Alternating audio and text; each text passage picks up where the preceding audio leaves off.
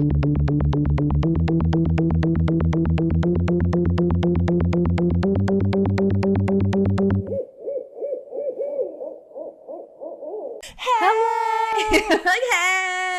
Welcome back to From Under the Bed, your resident spooky movie podcast. I'm Stevie. I'm Sarah. And today we're covering Longlegs. Longlegs. Throws up, man. I'm like, what? Guys, It's been a minute. I twitch. It's been a minute. This is kind of the perfect movie to dive to back bring us back. It's been a second. This is us core. I do fear. Stevie's been talking about this movie for a long time. Yeah, I saw the trailer, not the trailer because, I don't like to watch trailers for horror movies because they always give everything away. Yeah, but I saw something today. There's a thing, for the new Alien movie. I'm not going to watch the trailer. You know how that movie is just the same one over and over again, and I will gobble it up. And I will watch it. I will watch it. I'm like, okay, go inject yourself in their face and then burst through them. Ugh, but they showed everything in the trailer, and I was thinking about that because I'm not one to complain about that usually. Like, not complain, but I'm not one that's bothered by it usually because I'm always like, whatever. But then I've noticed it lately where I'm like, they really have been putting, like, for those kind of movies, they really do the whole thing, and I'm way. over here like, guys, I need some mystere. I need to be surprised. Like, they showed an entire scene They're of it, like, and I'm like, and this is the killer, and here's the twist. Yeah. And I'm like, guys, and but I'm with like, this one, I saw this person we follow on TikTok. They made a video being like, guys, this movie's coming out in a few months. Like, here's the cover. And then I also saw the little teaser trailer that was like a phone call. That's like something that's like kind of almost in the background of the movie itself, but it like gives you the information you need. And it made me the tone think too. Yeah, it sets the tone, but it made me think that the movie was going to be like about something else. Or I thought it was going to be more just not supernatural because it kind of has an element of that, obviously, but I thought that it was going to be a little bit different. Like, I thought that's funny because it's like you thought it's both of these things. It's like you were like, it might be supernatural, and then I was thinking it was more of literally a serial killer or what do you call it? Oh my gosh, I've lost the type of genre. Not a horror film, like or a thriller. Yeah, thank you, but like a psychoanalyst, thriller, which it is pretty much is, and also with horror and supernatural in it. A reminder that we are a spoiler podcast, so if you haven't seen it and you don't want spoilers, we hope that you are here because you went to go see it as well, and people are talking about it, but like more spaces need to be talking about it because I listen. We love anytime we see anything. It's like, well, now I got to watch 50,000 people talk about it. We're here for you because of that. It's true. It's true. Well, this is a movie. It's a movie. The thing is, I saw a lot of Harry Styles. A movie, you know? It's a real movie. I love it when it's a movie. Young blood. I fear. No, I saw a lot of commentary stuff come out where I hadn't seen beforehand that people were like, this is the scariest movie ever, because I was like, I knew it was going to be like a scare, like the teaser that you're talking about was, the vibes were set. It was creepy, and I was honestly afraid.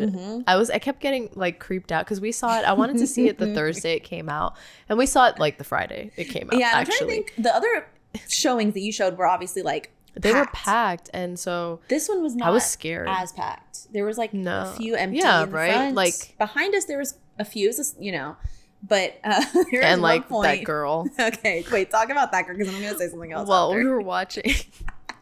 we were in the middle of watching it, and this girl got up, and she the way she got up, she was trying to be like respectful, so she wasn't blocking the screen, but she had long straight hair. She's like Samara, anyway, and she like glided while bent over, so she didn't block the screen. I'm like, girl, I'd rather you have made all the ruckus in the world. Like, I wish you had just not slinked. The girl from The Ring is in theater with us. It's fine. But I got genuinely scared at one point when Stevie. Listen, we're respectful, but we do talk to each other in the theater. We don't mess we were up very anyone. quiet. We don't mess other people's experience up. No, but every time we never ruin other people's experiences. No. I'd like to point out that if they do get ruined, that's their problem because they don't hear us. You know what did ruin it? This is not it didn't ruin it, but something that kept happening was the theater next to us. We kept hearing the music and like the trailers from next door, and we're like, I've never experienced that until the week before when I saw Blue Lock, and I was the only one in the theater, and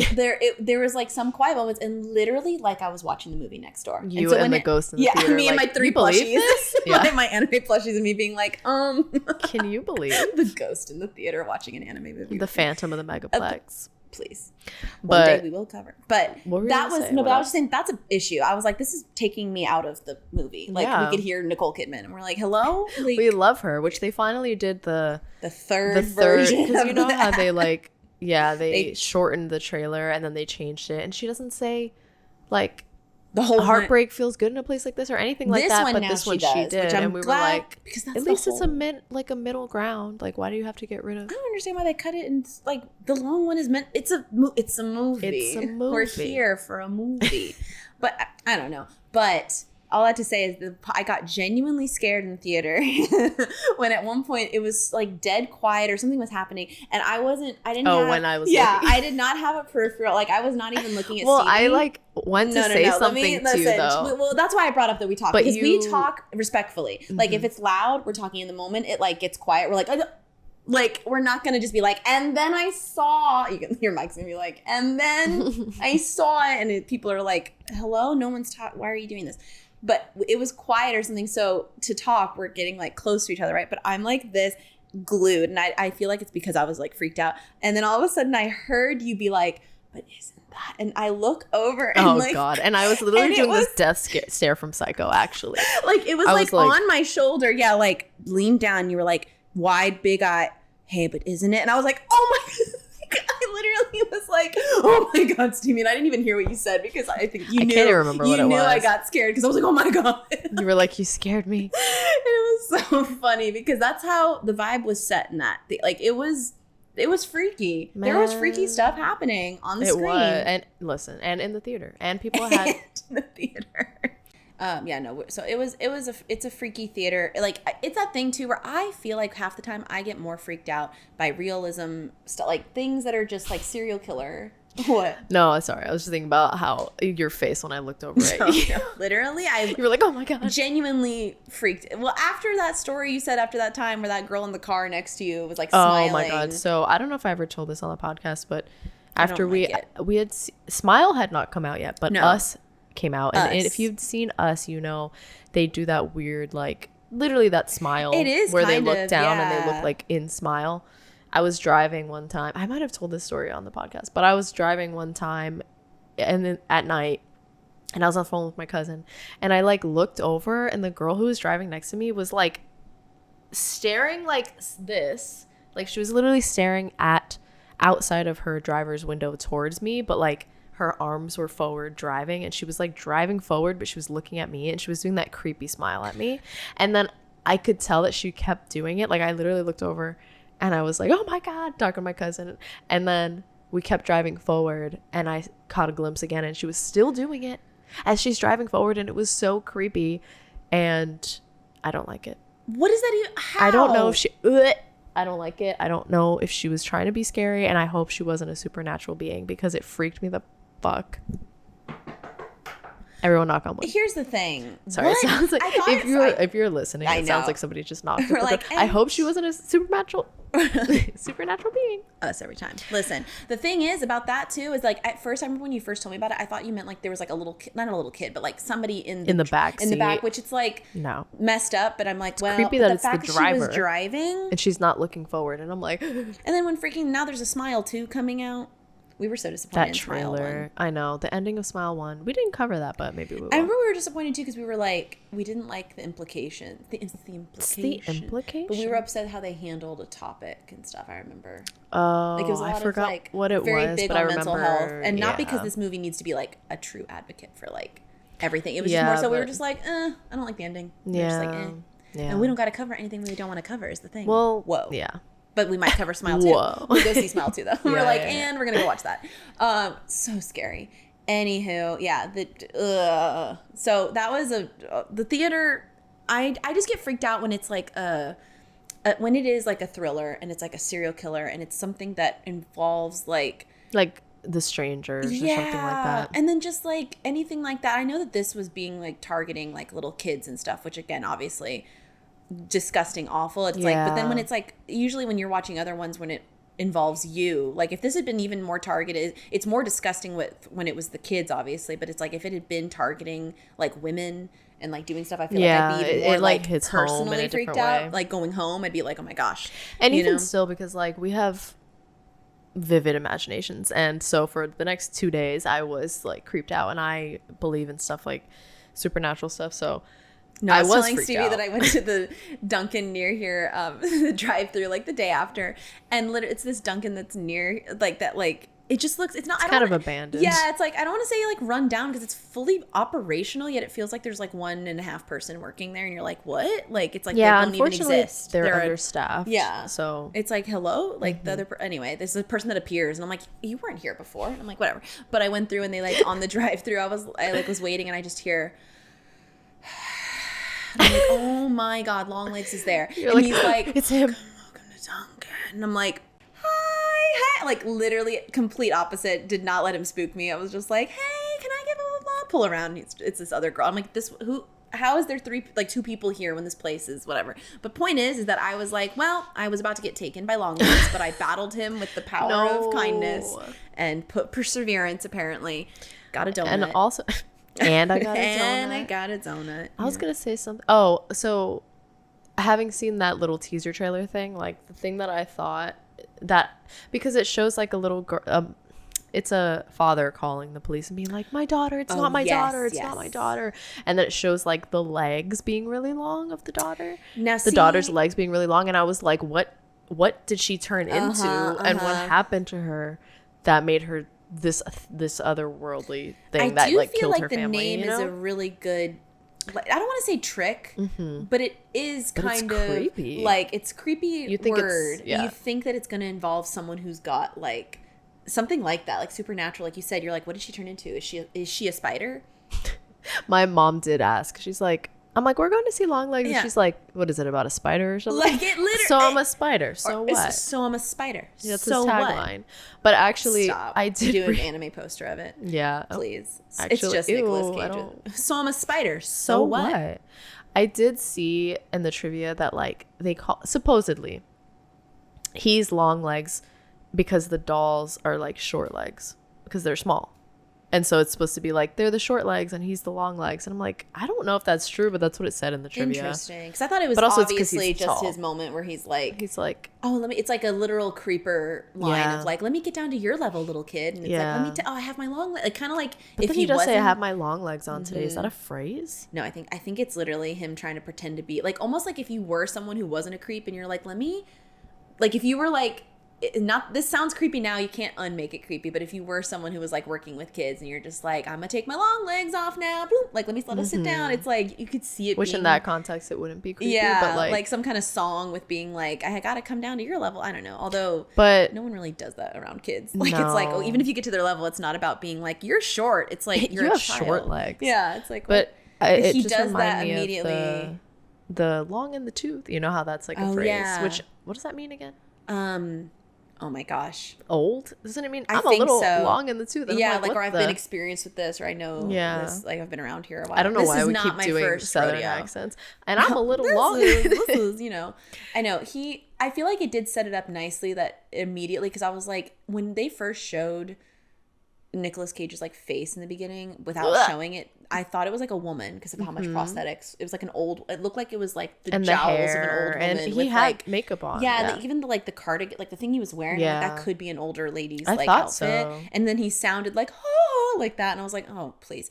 And then when he or someone pretending to be like an older woman. That too. Yeah. That's which I thought he was kind of. It gave the vibes of the Silence of the Lambs moment of just like, what is he presenting as right now? Because it's like, there's Buffalo very Bill. Like, gosh, it kept coming up, and I'm like, I'm glad Buffalo Bill I haven't seen that in so long, but he does pretend.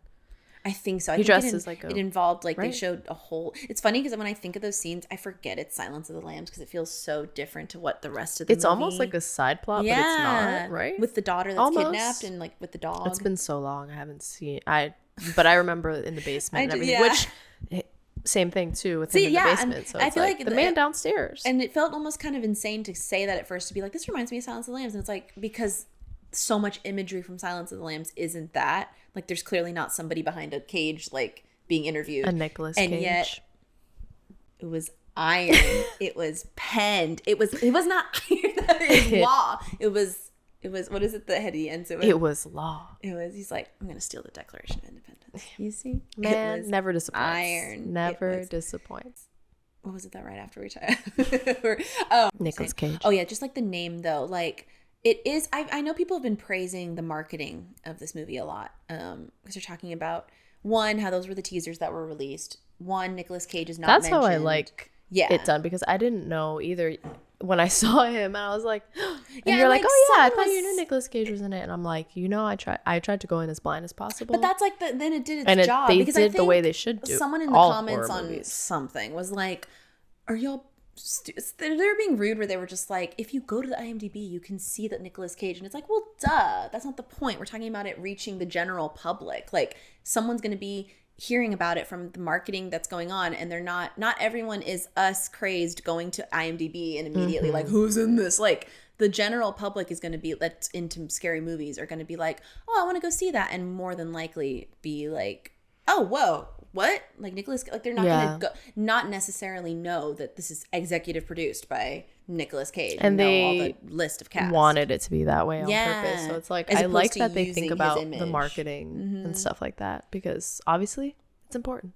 I always feel like, I hate spoilers, so I always just want to be as surprised as possible with like every form of media, especially horror. And especially if, like, most horror movies have some sort of twist, and so I'm like, I don't want to know. Or like reveal. Yeah, or a reveal or something like that. So it's like arguably every movie. It's like, hello, like there's a story here. You're never going to be a rising climax and a fall, And you're never going to be able to get that experience back. Like, that's the thing about spoilers, that like I feel like I'm very sensitive about them, because I'm just like, I was robbed of an experience that I will never be able to have, because now I know. Like, it's something that you can't, it's like, yeah, I'm going to watch it and I'm going to see it, but I'm never going to have that moment of like, oh my God, like I got to go through the story and see it the way it was intended. And it hits like so and it hits so different. Like, I was watching an anime recently, and I was like, how, like, if I had known that, it would have like cheapened it for me, and I would have been like, damn it, like, not like, cheapened it, but I wouldn't have had, like, taken it would have hit the ride as opposed to like watching it, if that makes sense. Yeah, exactly. Like, you're in it and you're like, oh my gosh. And Nicolas Cage being that character, I don't think necessarily like is something that I would have, you know what I mean? But I was like, oh, cool. It's like, less of a spoiler, more just like, it's cool that they also were, even less so of like trying to keep it a secret. I feel like they were also just trying to be like, come watch this, not for the name, watch it for the fact that it's like a movie that we think you'll enjoy, not because here's the big name, like, oh, Nicolas Cage is like wacky, woo, come see him. I think also Nicolas Cage, like, he has so many different types of roles, but he's Nicolas Cage, so you might have expected like something different from the movie, because he's like, he can be like wacky, like you said, or something, and so I feel like you might be like, oh, what's this gonna be? Like, Nicolas Cage is in it, then it might be a little more goofy, or it might be a little like, you might have like a thought of what it might be. So I feel like it's good that they didn't. That's true. He played it really well, and I did see that he said he never wants to play, this is his first, did you see that? It was like his first and last serial killer type role, because he never wants to play someone who hurts other people. And I was like, I didn't see that Pig movie. That's true. He never like, wow. Yeah. I know, I was kind of, it is so weird to think of like having to play that kind of role. And not that we see him actively doing stuff in this, which is great. Again, that's another thing. That he was very creepy. Yeah, very creepy. Yeah. And that's a thing that they pointed out a lot in this movie, that because they kind of make a meta call to it, like not fourth wall break, but kind of just like meta about like child actors and protecting them, and like being like, don't let them get messed up, protect them, with like the child actor that's in, there's a few child actors, but there's the main one.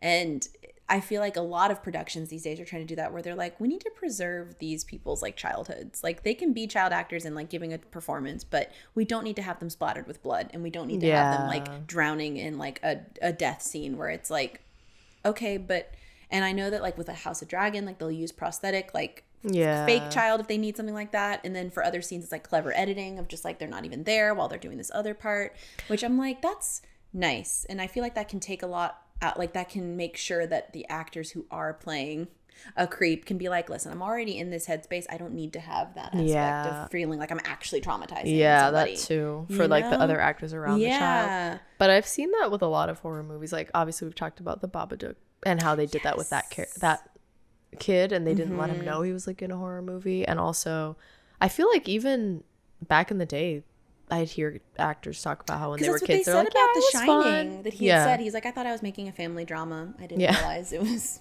And then he sees it later. Oh my God. Because I always wonder about that too. Because they do it obviously for, not that the kids are in those scenes, but like with going back to like Game of Thrones and House of Dragon. It's like when you think about the young kids on it, where you're like, they weren't even allowed to watch half the show until they probably turned a certain age. But that's more so probably for like the explicit content and stuff, which. When it's like sexual stuff, they're not in the scene. Of course. But like even in the gore stuff, I don't know, but it's just funny because you're like, oh yeah, what do they think they're making? Like if they're just young enough to be kind of like, can I just see my scene? No. They're like, better not. And so better not. That would be so creepy too if you were a child actor and then you grow up and see it later and you're like, oh my God. Like you have to see yourself in that. Right. And it's so, obviously anytime when it's something to do with kids, it's even more like heartbreaking and heart-wrenching. So I'm like, there was something else that I was also gonna say that the main actress she didn't see Nicolas Cage in all of his prosthetics and stuff until the last and she was day that he was shooting, which is like the only time I guess she had, and she like when and the heartbeat scenes. Did you see that? So they had her mic'd with a heartbeat, and she started off with like a regular heart rate. And during that scene, so that heartbeat that you hear is her heartbeat because it went up from like 67 to like 100 and something. Terrifying. And that's her heartbeat because she was like freaked out by him. She's like, it didn't look like Nick at all, which I love that when actors are like Nick because they've always like even like stuff will be like Nick Cage, and I'm always like, clearly he goes like and Nick NIC every time. And it's funny because I could never because it's not he spells it Nicholas without the H, doesn't he?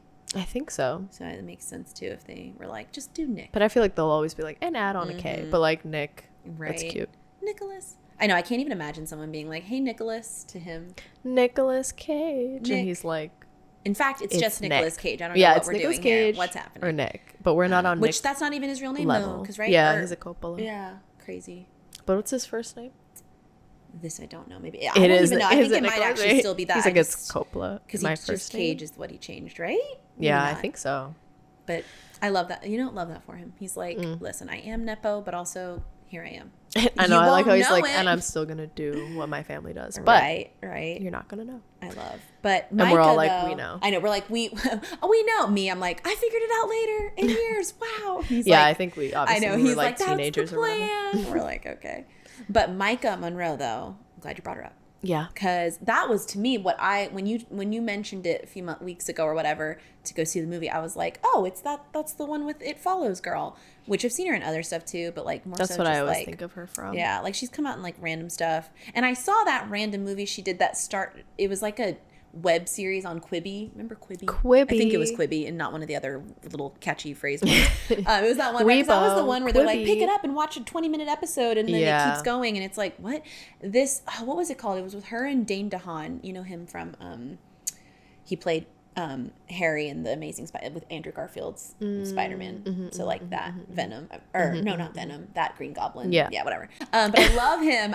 I think he's great. And it was that movie. You would get freaked out by it. You'd probably still enjoy watching it though, just because they basically took the Quibi movie, the little shows that comes together as like one movie, but it was cut up to be those Quibi things, and they edited it cleverly so it could just be like released as a movie on Hulu. I can't remember what it was called, but it's her being it's the worst fear. She's an Uber driver. Picks him up from a house. Like, this is the premise. Oh, you told me about this before. It's like she picks him up from the house and he's acting weird, and then he lets it slip, or not lets it slip. He's being antagonistic on purpose. He's eventually just like, oh, that's not my house. Why'd you think that was my house? And she's like, because I picked you up. And you told me about that, and then remember that one reminds me of the one with Steve from Stranger Things and Sashir Zameda. Yes. And I haven't seen that one either. And I thought it was going to be like similar, but I haven't seen either of them. They do get out of the car. So I thought it was going to take place so much in the car, but it's like episode 1, quote. You wouldn't know it unless you like they edit it nicely. I want to see it. Yeah, it's not what you would think either. So it's very interesting. Okay, but anyway, to me, I'm always thinking of her as like a scream queen because we love our scream. She's queens.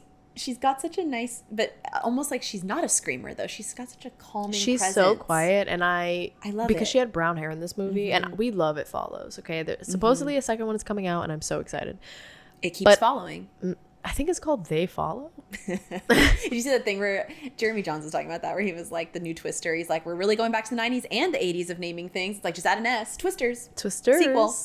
It Follows. That is funny when they do that. I'm like, oh. Right. Aliens. Let's Die go. Hard again. No. Die Hard. That's not the same thing. But listen, we love a good squeakquel name. A squeakquel. We love it. But man, that's like the best sequel name, Squeakquel. Like that or the Too Fast, Too Furious. Oh, that's what I was thinking of. How all the Fast and Furiouses are like.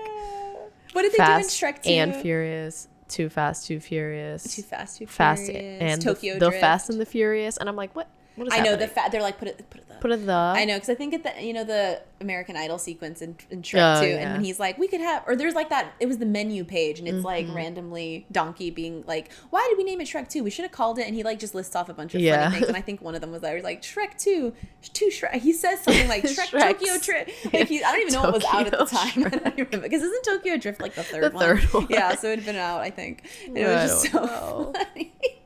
But it's so ridiculous. We'll be excited if It Follows too. Yeah, and so when we were watching it, I didn't look up who was in it, so I'm like staring at her the whole time because she had brown hair. She does look different. I know her, and then finally like 20 minutes in, I'm like, oh, it's the girl from It Follows. You're like, yeah, I thought you told me that, and I was like, no, I literally was sitting there like, this is all fresh. Where do I know her from for like the longest? She does look, and even though she has that like quietness, I felt like she did bring a different thing to this role. I really liked her in it. I thought it was really, she did a great job. I feel like it could have been played differently by different actors, so I think you're right, she was very like quiet and like introverted and sort of like acting in like a micro or a macro scale.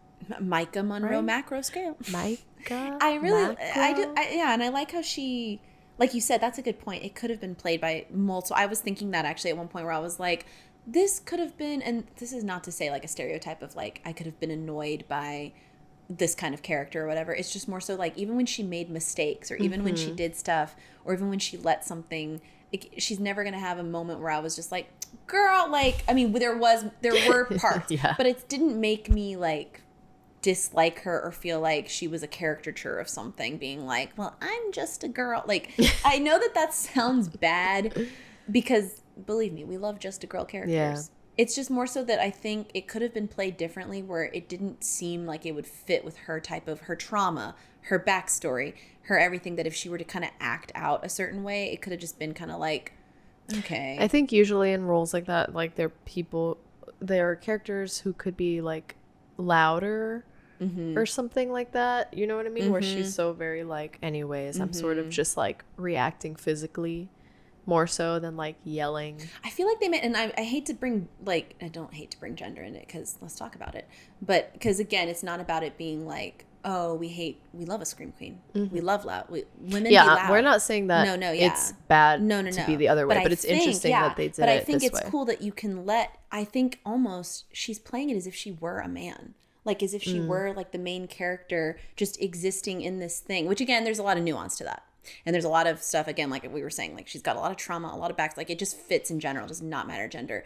But I feel like almost I was just like, this is just a human playing this role. And it, for once, it's just refreshing to see a woman be anything in a movie, whether she's a screaming damsel or somebody like this. And I just feel like it was really nice to see her be this kind of person that didn't have to be, I think that's kind of what I mean. Like, I feel like a different person could have played it where they have to be representing themselves a certain way, or you have to be this leading lady girl that has to be, and it's probably having to do with how she's written too. Like, just really nice how she was just written as this character, and there was nothing expected of her except to be in this like traumatic scene, and she just played it so well. And also they bring up the fact that like the daughter of the captain, he's like, she asks her if it's scary to be a woman in the FBI, and she's like, yeah, it is. So gender is brought up in this. They do bring it up, and she's just kind of like, I mean, and she's doubted at the beginning too, and I know that they're not saying it's because she's a woman, but like the sad fact is people can always say that, where they're like, you're just saying that because you're a woman, and it's like, yeah, but that's like just the reality of things. Like, and like I know at the beginning, which is again an incredible, I think it was such a good opening like first act, because it is broken up in 3 acts. I forgot. So it's an amazing first act introducing. They don't linger on it either. Like they're kind of like, okay, she's got some kind of psychic premonition stuff. Mm-hmm. And I remember thinking like, oh, are they going to like make this like a mystery of like whether or not they believe her? And it was more just like, was that they just give her a test and they're like, all right, she got half of them right and half of them wrong. Is that a thing in the FBI? I've heard of stuff like that. I cannot confirm. That makes sense, but though. If they're don't they have like a special unit in the FBI like, why for not, stuff like right? that? I mean, like, why not? Listen, I mean, we talk about aliens like, and stuff like that, and if they know they're true, and if there's if there's a task force that's doing it, and it's kind of like, why? That's we're like just talking about the Men in Black. Like, we're like, and they exist. Like no, but like even if they, Sean from Psych. That's what I literally was thinking of him. Where I'm like, even if you don't believe it, it's kind of just like, well, what's the problem if they're getting it right? Like let them, and especially if they were experimenting with it in the 90s, being like, hey, you got that right. That's like, true. It was set in 1995, which we were talking about how it like the wardrobe. I feel the wardrobe and the set design did not fit with 1995 personally. I feel like it felt more like 70s. Is another reason to bring up the It Follows stuff because that was the first jarring thing. I remember we were like saying something and then you specifically said something about the 70s. And I was like, oh, yeah, but wait, but they just had Bill Clinton on the wall. And so we were like, wait, it's 90s, but that's not our 90s. That's not the 90s we were born into. It's like, wait, and then they would reference years because they're like, that happened in 74, and they would imply that was 20 years ago or whatever, roughly. And we were like, okay, so this is confirmed the 90s because Bill Clinton is there. We weren't adults in the 90s, but like from what I remember, but we have the nostalgia of baby children houses, especially. Yeah, it felt I always think of that where I'm like, we might have not known the topical stuff happening as an adult, but just thinking of like houses and how people like parents and like cars looked like that feels so visceral even if you're just looking at a photo of yourself because it's like, oh, there's the kitchen, there's the dial phone, like everything felt so sad. It looked more like what your grandparents or your parents' homes looked like when they were kids. Yeah, so it just didn't, it felt too brown. Like just I don't know, personally, it did not feel like 90s. It didn't because I was like, oh, they're in the, and then you were like, wait, they did have Bill Clinton on the wall. So, right? But then you were saying that like in It Follows, they sort of do this thing where it's like you're out of time because like there's futuristic things, but then there's things that make you feel like you are in the 90s. And then the TVs are very like tube TV. Yeah. But then they have like that handheld. The shell phone. Which at first looked like it was like maybe a toy that like a kid would have. Yeah, but like back then. And then it was a functional. It's more like a palm. Yeah. And she was like typing on it like it was an iPhone. And we're like.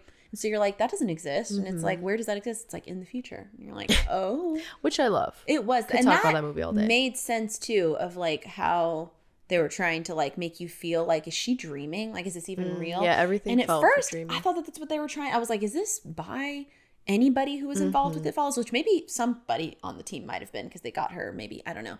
But I feel like that helped also with the fact that she kind of is like, am I having like like... She's like, wait a minute. Where am I? What's happening? And then it made sometimes she would seem more like, oh, okay. Like there's a part where she's at her home, which like you said, what did you say? You're like, it looks like Lincoln Logs or whatever. Oh my God. Her home. She lives in the woods and it literally, I was like, not this Lincoln Logs house. Literally? Like I knew a house.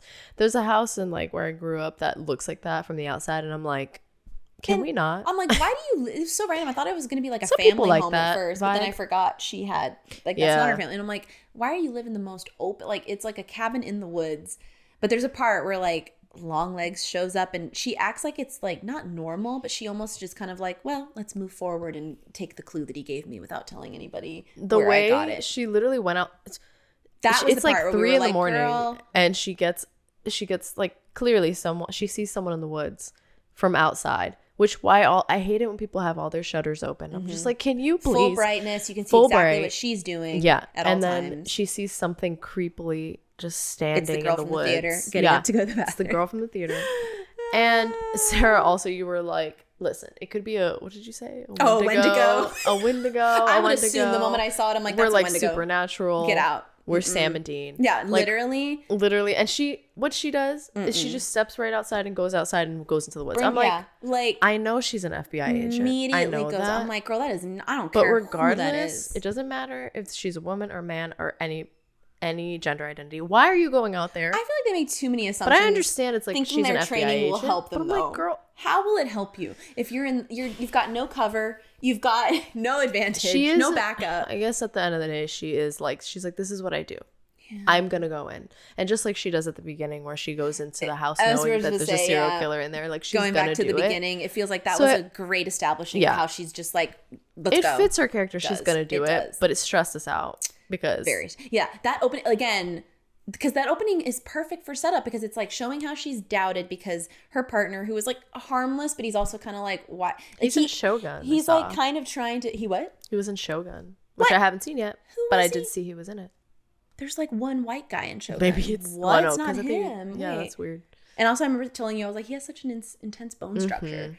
I'll look it up later. He reminds me of the guy who plays Theon, I feel. Not really, but I could see that. And then he had his hair too, kind of like the color, like in the earlier seasons when it was like lighter. What was I gonna say? But like the intro just does a good job of establishing of like how she's kind of doubted, because they're just like, why would you know that this is the house this random serial killer's in? It's like, he's obviously not wrong to be like, why would it be this house? But he does go to it. He does go. He's like, all right, let me check it out. Why not start here? And this poor guy gets shot immediately, which again, it was so jarring. Which is a great intro, because they didn't even they show it, but they don't show it in the way that it's like, they show it, but it's more so about the reaction of like, oh my gosh, and now what is she gonna do? This person is there, and it's like just establishing how she gets to be on this big case also, because they're like, okay, you have some type of intuition, whether it's real or not, I don't know, but it doesn't matter.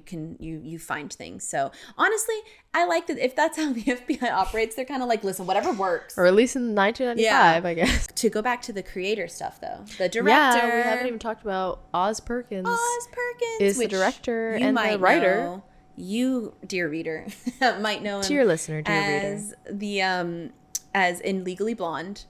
Which now I don't even remember his character's name in Legally Blonde. It was, I just saw it. Oh my God. His last name is something that's like kind of silly. He's the one that's friends with Elle after kind of being like when they were in that group at the beginning, but she's the one that helps him out with, wait, what is it? Let's see. It says his name. It was like something Kidney. David Kidney. Oh yes. Where he's like in the beginning when she first gets there and they're all like introducing themselves and he's like, David Kidney. It's like, what? But then later on they become friends, and then she does the thing where she's like, she's asking that girl out, right? And then she's like, why? Which is, again, how dare. He's so cute. They're like, why would we go out with you? And anytime like, there's somebody who's nerdy and is just like really shy and trying to ask something. And he wasn't being a creep. It's him literally being like, I was just wondering if you wanted to go with me. Well, and then she's like marches on back, smacks him after the night we spent together. Which again, that girl does not deserve to even go. The way that I hope that he turned them down. We didn't really hear like the way after that. They never show her again. Yeah, so they gave him a boost of confidence, hopefully, to be kind of like, yeah, ladies, anyway, bye. And they can spread the word for him. Yeah, be like, how listen. Dare. But he's also Anthony Perkins' son. Which at the time when we first learned that a while ago, I feel like that was always a fun we're like, tidbit. oh my God. Which he kind of makes that like psycho face a lot in Legally Blonde. It's like he looks like him without, like he has a different build, but then yet he's doing that like stare almost where he's looking down and he's just like, his eyeballs are like, And see, as we've probably mentioned many times on the pod before, we are in love with Anthony Perkins. Nodding emoji. Nodding emoji. Separately, obviously we didn't know each other in like high school and stuff, but like I remember Sarah bringing him up. Sarah she was like, I loved him, and I'm like, oh my God, me too. You're like he was so just like adorable and beautiful. I felt like what you were saying earlier when you're just like, he might not have been like that leading man type, but you're like, but he's a leading man to us. He's our type down but to he's like, it was like really cute though. So I always felt like, and it's like and it's probably because a mixture of like, if you just ask someone off the bat, like oh, what do you think of him? And it's like, oh, he was great in Psycho, and it's like, aren't you in love with him? And it's like, as the Psycho, like, and it's like, well, yeah, it's just the beginning. Well, yes, actually, this is the beginning maybe of our love for like villains, probably, because creepy. Is just so, and then he did such a good job in it, and there's just we just love him. He's just so the fact that his son out here in the horror business too, in the business of horror, which love to see it. But obviously, like, I love that too, because it means that he clearly respects the genre and probably I saw that he directed something else before that I think is also a horror movie. I think I did see something. I don't remember I hadn't seen it though, and I forgot what it's called. But I love that. He's at least done it before, and hopefully he'll make other ones too. But this one, sorry, we just love the Perkins. Yeah, we're just like, oh, nice, love cool, that. cool, nice. But this, which again was very interested to find out that we knew we might have known going in or knew immediately, like, right, or it just comes up, like, I think I had when the known name came right up, before, you're like, oh, yeah. it's the guy from Legally Blonde. Because I feel like maybe I had seen it right before we got there, and then it all listed it out. And it was literally like Oz Perkins, Nicolas Cage, and we're just like, there it is. There they are. What can I say? What can I say? But we later afterwards saw that he was like, and then I think maybe someone else that was a producer were like, oh, this is like a love letter. It was to Nicolas our mom. Cage and him. Was it him too? Okay. Yeah. And they were like, this is to our moms. And you were like, not what I would have done for my mom, but go off. Which again, right. Art. That's what you were saying, where you were like, if I made a horror movie like this for my mom, it's like, what is this saying? At the end of the day, maybe their moms were also like horror movie fans and stuff like that. And they kind of talked more about it too, where he was like, saying like the whole premise of the movie again is like, it's like this mom protecting the child, right? Yeah. And we were talking about this too, about even though it's in a corrupted way, but it was like in the only way that she knew. We kept talking about it too, because we're kind of like, was there another option here? Like, yeah, I think at that point she was so indoctrinated into it that she was like, if I stop, then what are all these years for? Yeah. Because, man, there's so much about this. Yeah. And it's like, and they were saying though, and it kind of reminded me of what they talked about when Last of Us the show came out for the, on HBO, and they were saying like the central theme specifically of the show was like about that love includes lying, kind of like being a parent means to lie to love, like, and I'm like, that's I still have to watch the show. Yes. But it's like, it's true though that even because you feel like the ending of like the game, right? Or no? I never finished the first game because but I couldn't get past the clickers, and I always call them clackers, and I can't remember if it's clickers or clackers, but they were really hard to get past, and I couldn't get past them. But those memes of like when he finds I don't a like gun, spores and they're either. like, first you had to go die 3 times. Yeah, they're like, you don't know. They're the like, struggle. first of all, this show is just not correct. Not correct to the source material, because Joel had to die 7 times, and I had to throw the remote. He wouldn't have even opened that. He wouldn't have opened that bin and found that the first time around. We would have had to. I had to rage quit 4 times before he got to this point, so this is not correct. Don't talk to me, But they were like, just basically the whole theme though of like, which is true of most things, where it's like little lies that parents do to protect their child for not being scared, but then there's bigger lies that, even though people would be like, that's so wrong, it's like, right, but they did that to protect the kid, like, what can you do? And it's just interesting, or talking about how like something can make someone a villain versus the good guy, and it's like, but that's both a lie. Interesting that you say that too, because the mom, who reminded us a lot of Sissy Spacek, and also reminded you of Carrie's mom, and Carrie, for me, I was like, she reminds me of like Carrie, obviously Sissy Spacek, but it's like, it's all in the family, but it's all of We're like, and it's interesting that you say that too, because the agent, what's her name? Agent Lee.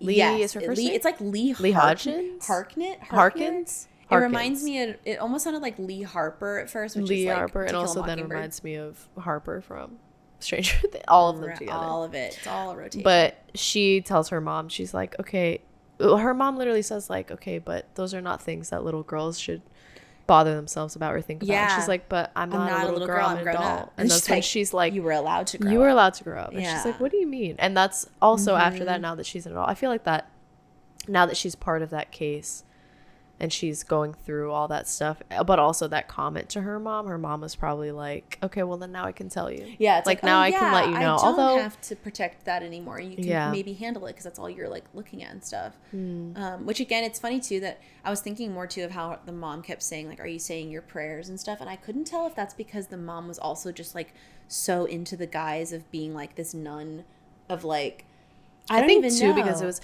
so this movie also set in 1995, which IRL was during the Satanic Panic time. Which is interesting, so because it's a very satanic panics? I thought it was just that. Because what about when Charles Manson? That's true, and that was what? In the 70s, 60s, like, right? Late 60s, early 70s? Maybe it just like keeps coming back around. Because I feel like in the 80s too, they were like, by the way, because then one of the But I guess apparently in 1995 in the 90s, it was like big. So it comes around all the time. Yeah, I feel like, because you're right, that is true with interesting Charles Manson. I mean, I was gonna say Marilyn Manson. Right. But yeah, so there's obviously like the plot of this is very based around Satan and stuff like that. So, but what were you saying about? Oh, but the thing though about the moms though.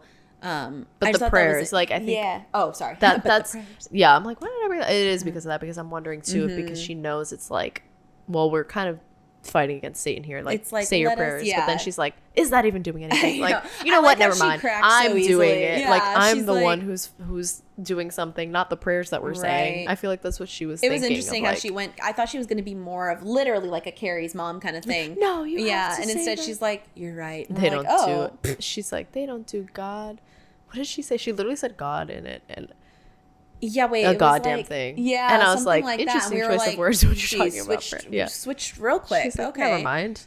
I know that was interesting. That, but like, I just thought it was interesting that they were like talking about, they're like, almost in a way, it's like a thank you to their moms being like for protecting us with ways. And it's like, that's true. They could see it more like that. Yeah. And here's a horrible take. Like, it's not you guys, but it's just dedicated to I want to know more about that. Like, well, I think it was talking about Oz Perkins, his mom, keeping the news of like all the stuff about his dad. Like, and is that what? Apparently, that's kind of what he was referring to. Yeah, when I was reading it, I just saw like this is a. I think I looked up that or something said that where it was like talking about how she really like. Probably not that it's something that needs to be like kept secret about his sexuality, but more just like the news, everything. I saw more of what I saw too was that his Anthony Perkins' wife, didn't say anything about him having AIDS until after he passed away. I think I think that it was like she kept both the sexuality aspect and then also that he had AIDS, and they were like, what? And it's like. And I think it's like not necessarily to say whether what's right or wrong to keep like secret about that, but it was just like they knew that the intent was to keep, probably because it was such a public thing they grew up in too, where it's like you don't need to know what everyone's saying about this stuff. Maybe, I don't know, but either way, they clearly respected it as being like you did what you needed to do, like as a mom, to be like, let's keep you guys safe until you know. I don't know. It's interesting though. Yeah. Now Nicolas Cage, I do not know.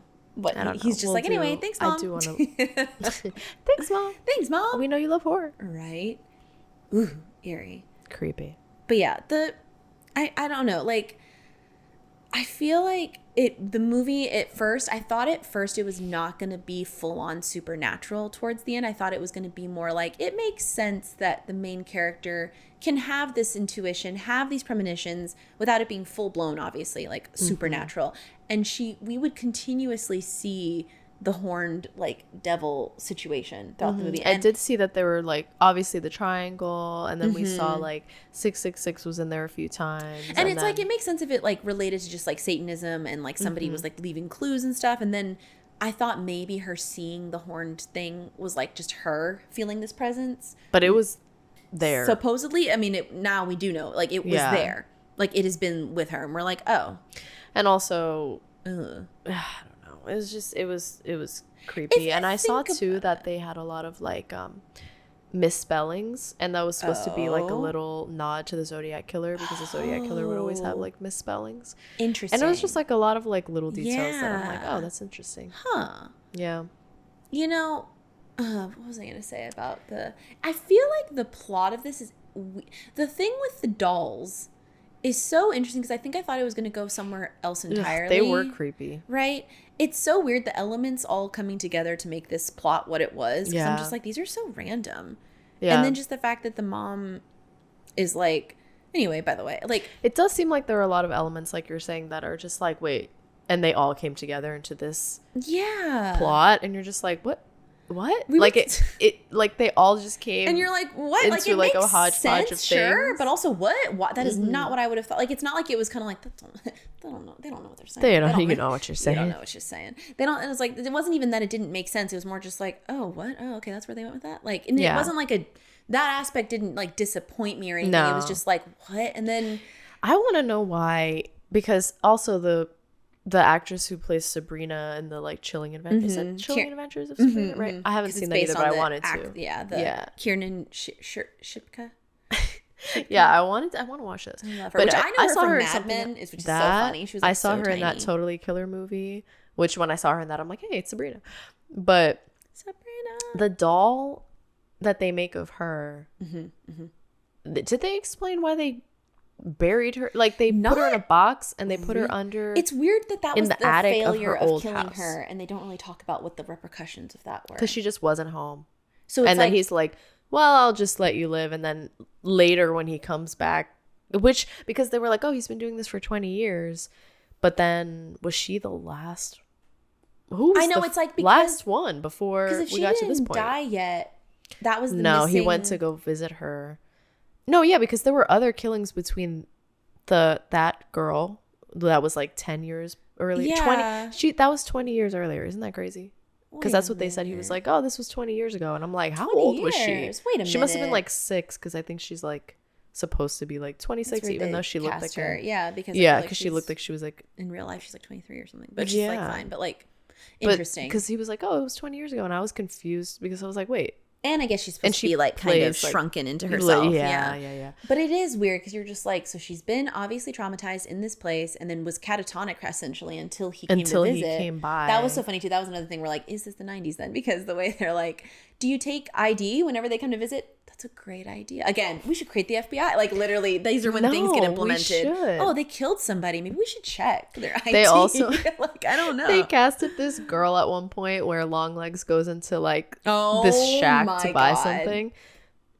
The moment we saw her, we like looked at each other. I'm like, we're like, this girl's from 2024. We're like, that girl is not from the 90s. This 70s. girl She's has nothing. TikTok. She's that doing girl has dances. She's seen an iPhone. That girl, yeah, literally, she looked the most. She was so adorable, place. but like so cute. Her hair, her style could not have been born before 2007. No. Like or the 2000, way they 2007. Yeah, but I like was 2000. Girl. Like she is. It was so funny, and she did the part really well. Where she's like, the creep is here again. Yeah, she was being so, but it did not feel. From I was that just time. like, why didn't they?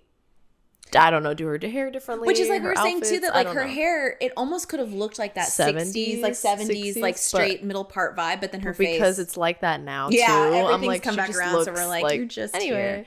But it wasn't as fluffy as I feel like. The which one? It wasn't almost as fluffy as I feel like. It was very much like, and this is like a beach wave. Like, right. We're like. But that's just we were just like, interesting this casting girl. But again, she did great. So but we're just like, we have eyes though for like the TikTok era and like what people anyway. She looked like the daughter in Barbie.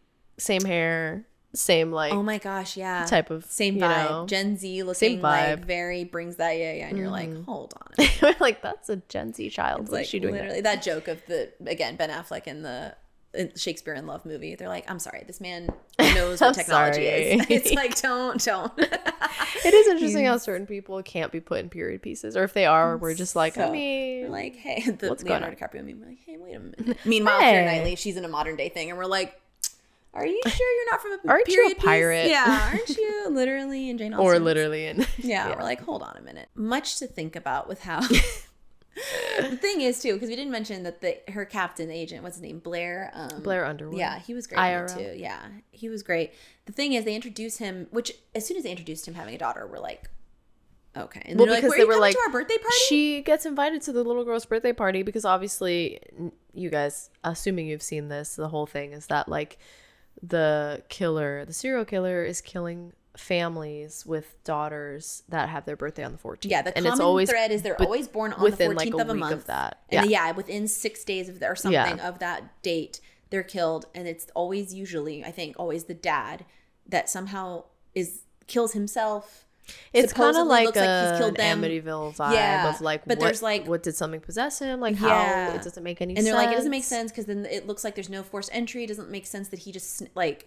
He doesn't even, why is it all of these dads are just snapping like with something they had in the house? Yeah, like did someone drug them? Did something happen? Did they make it look like it was a suicide? And then they have that phone call from the one dad, and it's like, where he's like, my daughter, and it's like, why was he talking like that? Interesting. That they're because I'm wondering now if he's like, that's not my daughter. Is he talking about the doll? I thought at first it meant that he was like she was getting under some kind of trance, and he as him.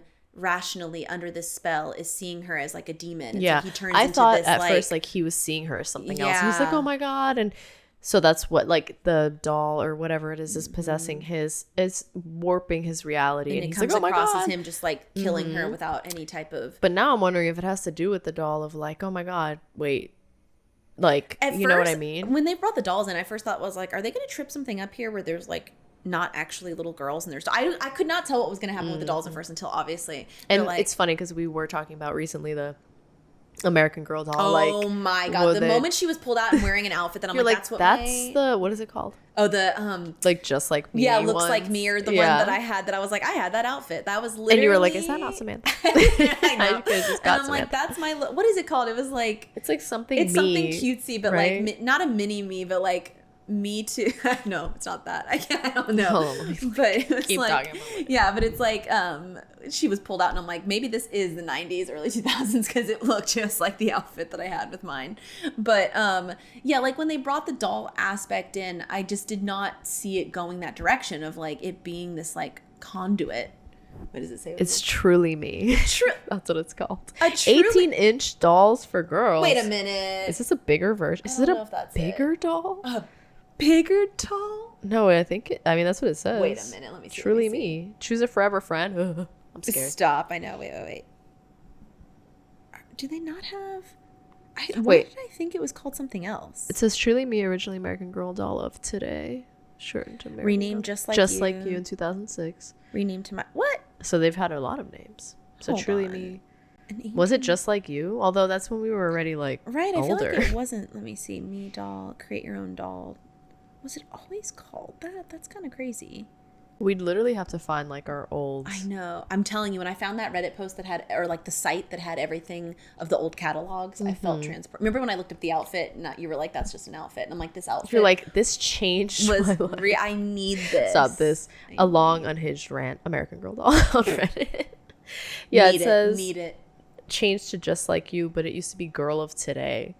And then that it was doesn't sound Truly right. The Me. Girl of Today sounds like the thing that they would advertise. Girl of Today, Just Like You, and then My American Girl doll, and then Truly Me. It was interesting. But the funny thing is, when you said the Girl of Today, that's just reminding me of when they come out with a new doll every year, where they're like, "Here's Kaylee," and it's like she's a roller skater, yeah, and you're like, "Oh, okay." And it like she has her own storybook, but it doesn't stick the way that the original American dolls do, where you're like, "We're here forever, fools." Anywho, yes, it looked... She said that in the year 2000 it was interesting. I don't know. I mean, maybe it just was Truly Me. It doesn't sound right to me. It felt like it was something else. But yeah. Anyway, listen, we could do a whole thing on American Girl. Where's the American Girl doll? They're like, they will not license that as a horror movie. But imagine oh my God. The American Doll stores. They're like, anyway. But they looked like that. We couldn't... The thing is, it all did add up at the end of like, okay, this mom has been like coerced into being this like accomplice, essentially just doing the dirty work for him. He's not even have to do anything. It's just her and the devil. And he's like he makes the dolls, obviously, right? And but so he was like, they were like, he's a devil. doll maker and he's like really talented and he makes dolls that look like, which by the way, she goes to these people the way obviously that she gets in, because they're like, was it someone they knew, like someone they could let in because there was no 4th entry, so she's dressed as a nun. Yeah, she shows up being like, congratulations, you've won, like, a gift from the church. I hate how he says it too. The church give you one. If somebody shows up at my house with a replica of my child that I didn't know that they were making, how did you get photos of my child? And I know it's people who, I guess, they were targeting people. One, they have to target people who are in the church and have kids who have birthdays on the 14th. How much of a crossover in that town is there for that? You know what I mean? Right? Like, or they're just going to somebody's house, and it's like, if they're not church-going people, they're just like, what the hell? Like, does the spell start the moment they open the door? Because I think it's when they see the doll. Oh my God. Yeah, when they're pulling it out. And then she's like, because I forgot when Sabrina, like Kieran, that like when she's talking about it, I always forget because it took me a long time I was like, this is her flashback. She's not a doll. There's the doll. Like, there was so much happening that I was like, which one are you? And the way the doll is made with real hair. Yeah, it was. And she's like talking about how she's like, but then she's over there like, my dad, I was like, are your parents just already abusive? Yeah, she was talking about how her parents, like, she's like, they were great, never wanted her, and but she said it in a weird way where she's like, daddy was a strong or something, like she was trying to make it sound like they were great, they were awful, like, you know what I mean, like, and then it just shows them like slaughtering a cow, shows the mom being like distant or something, and the mom was like upset at her for giving her like a C-section mark because she came into the world wrong, quote unquote. Oh my God. See, I forgot about this because I was kind of trying to be like, are they just messed up already? And I didn't. I think there was something going on with their family as it is, and then she wasn't in the house though. So I wonder if it's like a family that, which clearly was she the only one that had like a family that was kind of dysfunctional? That was weird. And then she wasn't home. Like, why did that one sort of mess up? Yeah. Because she wasn't there. Because they weren't, and then the priest was there too. It was like a big mess up. Yeah, so the priest comes. How but wasn't that the first one? Isn't that what it was? Did she leave the doll there as opposed to? Oh no, wait, she couldn't have. Okay, been the first one maybe this is what happened. Lee is older than her now. Tell me if this is if this could clash or not. Was she not there, and that the woman showed up with the doll, left the doll there because she's like, well, the little girl's not here. Leaves the doll there. Leaves. Okay. The doll makes the dad and the mom start being weird. Yeah. The little girl's there now. Yeah, because she's at school. But then how did the little girl live, though? You're right. Because she wasn't there. But, like, I was thinking that it would have happened, like, the doll stayed there and then it starts slowly affecting them. And that's why she was saying the dad was weird and the mom was like, you ruined me. Yeah. And I'm like, I was trying to make sense of it being like, well, maybe the doll got left there and that was like a fail. Like, they were like, whatever, leave it there, and it messed them up. But you're right. Like, she's just continuously not there. So unless she went to school again another day and they're like, anyway, right, like, because usually it happens the day of. Yeah, but like for her, it seemed like it wasn't the day of because remember the mom was like stabbing the doll. Yeah, and I could swear we saw her opening the doll. Like I could swear we saw her looking at it. I think she did, and then she left. So I think it's almost like she had it for a while because it was a failure. Like they left it there and they're like, we were supposed to have it happen, and they're like, well, what are you gonna do? You're not gonna show up again. Mm-hmm. Don't go in there or whatever. I wonder if the girl herself, like her or Longlegs, like buried it up in the attic. I wonder, being like, well, she's alive, so we're just gonna put this in here, right? And she's gonna like maybe after the massacres, he went there and was like, let me go put this away or something. I don't because know. Then the priest shows up. It's interesting that this time it's like another figure it's a of longer God. Like instead of the nun showing versus... up, sitting there watching them massacre them or something, then leaving. Instead, it's like the priest now shows up and it like triggers the dad. To be that's like, why I was wondering if that was the mom before she started working for him. But then that would mean that she's I see what you're saying. Older than Lee. And you're right, and that doesn't make sense. Or if she is, okay. Maybe she's supposed to be around the same age. I always assumed that Lee was like 28. Yeah, like, maybe that's why she's like, oh, it's 20 years ago. Maybe it was around the same time. Maybe so. Or something. Because she was, no, it was her 7th. Remember, she's like, it was my 7th birthday. I think it was. What happened on my 7th birthday? To be 9 though? Oh, 9th birthday. That's what it was. Yeah, so she's supposed to be 29. Okay. Oh, yeah, you're right. And so she was like, what happened on my 9th birthday? And he's like, and her mom is that's like, right. don't worry about it. That's right. Because we know that she was first introduced to him there, and then he came back that night to be like. So I don't really know how the timeline goes, but maybe the mom started helping after, and that's why the priest, like, all this stuff was happening the way it happened, and he was like, who brought it was weird it would be interesting to watch it again knowing, because I remember I was trying to decipher 50 things because of the way like Sabrina was like Sabrina, but like Kieran and Shirpka was like Shirpka she was like, oh, you remember your doll too, and so I'm like, no, okay, I remember noting that because she was like, you'll forget. Lee was like, you don't remember? She's like, no, and you don't either. And you don't remember and it's the like doll I was either. Stuck on that for a while. And I remember being like, well, that's because she had a doll. But then it's like weird because then they immediately show us her flashback with the mom and the dad, and I'm like trying to fit, like you said, it's like interesting to think of what that is now, like timeline wise. I need to know. And it was interesting how the murders happened too. That priest shows up. They show that he gets all of a sudden like, oh my gosh, because the dad comes at him with an axe. The mom is looking at the doll. It doesn't even seem like she's there. Like, oh, she's like looking at the doll like gets lovingly, hacked. And then the guy's like, anyway, murders them. And so it's like, what triggered it that day? Was she the first one? But then that would mean that she would be older. Like, I'm so confused. And why cast her as that daughter if that was doesn't make sense. Random? Because I thought it was going to be an older actor. Me too. By the way they were like, and then this happened, and it was a long time ago, and so. They made it seem like she was like the first one. In their 40s or something being like, I'm still this way. And it's like, what? And then all of a sudden they were like, actually, she's somehow younger than Lee. And I'm like, what? I know. And then I'm like, what? Did this happen when she was 1? What's happening? Like, I was like, how is she? And she wasn't, because it showed her photo, she was a full on, and it matches with the lineman and stuff. Yeah. And that's an interesting thing to kind of go back to, because I want to know what's up with that case. I just feel like it doesn't add up as well. You know, it was funny. I was talking to my work meeting today.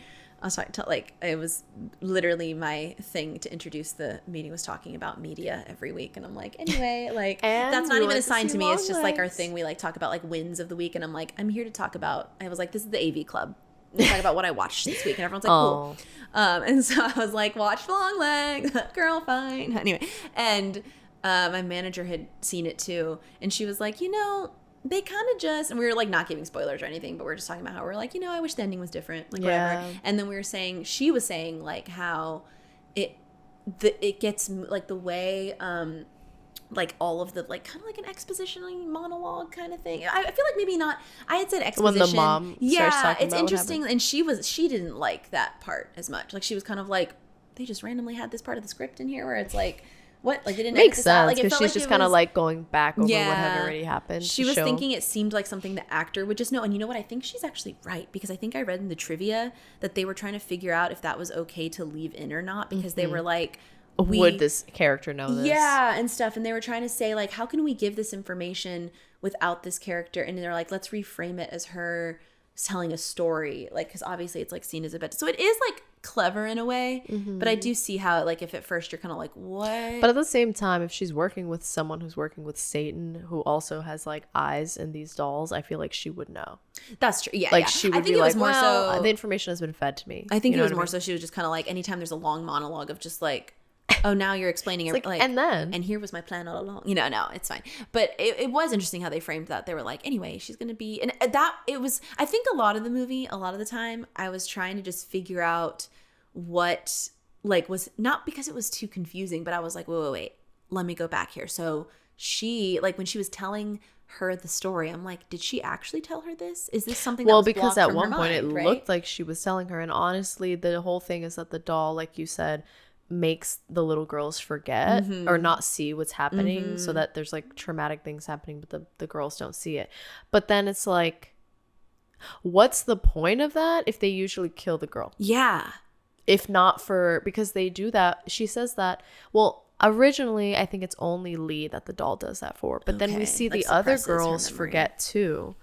So I think that obviously with the Sabrina's, not Sabrina, but we're calling her that. But Sabrina's like, I didn't remember either, and that's because she's alive, so it's gonna suppress and that doll memory. Has that, and the little girl at the end, because like obviously, like you were saying, the captain's daughter has a birthday on the 14th, and so at the end, which they don't say, but we're like, the whole time we're like, she obviously, which again is she under some... That little girl is under a spell because she's... But like, were they already under a spell? Like, why would the captain not be like, my daughter's born on the 14th. This is very close to home. That doesn't make sense. He should have been He would have clocked that and been like... Did he forget that his daughter's birthday is on the 14th? Like, I'm sorry, you want to keep working life separate, but like, unfortunately, have you watched Criminal Minds? They will drag your family into this. They will drag your family into this, please. Scary. So it's like, I don't know. I thought that was random. And then obviously for her, at least, it makes sense that she's like, I'm not going to talk about how my birthday's on the 14th. Like... she had so much that she's blocking out. Because he goes, first of all, he's like, who's your dad? She never says who her dad is. They never talk about her dad. The mom keeps just saying, oh, it's always been the two of us. Yeah. And no one comes to visit. No one comes to visit. No one comes to see. It's weird because I thought they were going to add, it would have been interesting if they had added the dad in there somehow. And I don't like it when they leave things out because I'm like, at least tell us that he's like dead. Yeah. Or is there some kind of weird connection? Are you trying to do some type of weird anti-immaculate conception? Yeah, like a weird thing of like, oh, Satan's or like whatever. You're the child of Satan and that's why you were chosen to be like, well, we won't do the ritual on you if you let us. Right, but they don't do that. But also like the fact that he's like, but your birthday, when's your birthday? And he notices that Lee's birthday is on that day, and we're but like, he doesn't notice his own daughter. Ma'am, I'm just kidding. Mr. Sir, you are literally your child, like, hello, and who arguably is the one at like risk here than an adult woman that's born on the 14th. Like your daughter who's about to be 9. Like, hello? And there's one day where something is about to happen and it's on her birthday. And she keeps saying we're waiting for someone else to die. She's like, wait, there's going to be another case that's going to happen. We need to look out for it. But you know what? Remember when he was really mad at her in the hallway because she goes to interview Longlegs, or she's like, who's helping you? Who's your accomplice? And he's like, no one is. And I mean, the captain later, right after Longlegs kills himself, he's like gruesome. We both were like, we know it. Awful. This is coming. But he's like, see, this is not supernatural, and this is not this, and he has no accomplice. And I'm like wondering if he was really upset because he's like, my daughter's birthday is today, so this better not be I see her. Yeah. Like he was like getting defensive or something. Yeah. Interesting. That is a good point. What I mean? Because I was like, why is he getting like he was irrationally he would uncharacteristically have bursts like that? Like not like because I felt like he was so like on her, like not on her side, but like very like respectful of like, you do things differently. You've got the like talent essentially to like get I believe in you kind of thing and like do it this, like he was trying to be so helpful towards her. He's like, she's like, I only got 8 right. And he's like, no, she's like, I got 8 wrong. He's like, yeah, but you got 8 right. Hey. So right. And he's just like, we're desperate. Like, we need you to, which that would have been an interesting motivator if the whole time he's kind of like, I'm desperate. Like, it's my daughter's birthday and there's nothing I can do about that. Yeah, it would have been. Because, like, what can you do? I think they should have been like, oh my God. Or have it show that he was keeping that a secret. Like, even if it's obvious to us, even just him being like, anyway. And even then, when she invited her, did she make it clear, like, what day? It's just funny. It feels like almost like all the characters. No, I thought it was going to be the next day the way they said it, but it was like or it's just over funny the weekend. That you would think that they would. It's almost like all these characters know things and they're just, like, under some kind of spell to not actually be like, it's like almost like they all wake up at once being like, oh my gosh, like, this is an issue. Like, I feel like there's another movie like that where the whole time they're all like, like, and the killer's right there and they're just like, oh my gosh, or like, oh hey, by the way, tomorrow, it is the 9th. Like, it is the 9th every time. But I don't know, like, so it all like comes at a head. Like, we're learning all of these things at the same time and learning that the thing is, that's another thing too. The mom being the twist is not bad. I think that's a good whatever. But it is, I feel like you said, it could have been built up a bit better if we had learned more about her past, whether that involves the dad or not, whatever. But like, they kind of, I feel like, add it more so towards the last end of the second half of the middle and then the end. Wedge it in there. Yeah. And you're like, wait. Like, we see her call her mom, but it felt like her mom was going to be an off-screen character for a bit. And yeah, it was creepy. Her phone calls were creepy. And I got nervous every time she was like talking to her because her mom was going to get killed. Like, I thought her mom was going to eventually. Her mom was creepy. She was, yeah. She did sound creepy. But I thought it was going to be a thing where she was like, I don't know, like the guy was going to target her mom next and you might not, whatever. And then it's like, oh my gosh. But then when they like, I don't know, it's just, I feel like I would have thought it would have been more interesting to even have seen in the beginning when we see that that's her home, like if even her mom had shown up and like, who are you? Like shown another flashback to just kind of like introduced her sooner as being, which they like, do that obviously because she's like, why are you on my property? Well, yeah, but I meant like earlier even. Yeah, which before I guess that. It was perfect how the beginning started for sure. Like just having it be like him being like, hello. But I just feel like all of a sudden she goes over there and I'm like, this is uneasy. And then it's like, wait a minute, is she the killer? Like, wait a second. It was fine. It's just that it would have been even better of like a whoa, like to see their relationship a bit more. You know? Agree. Right? I don't know.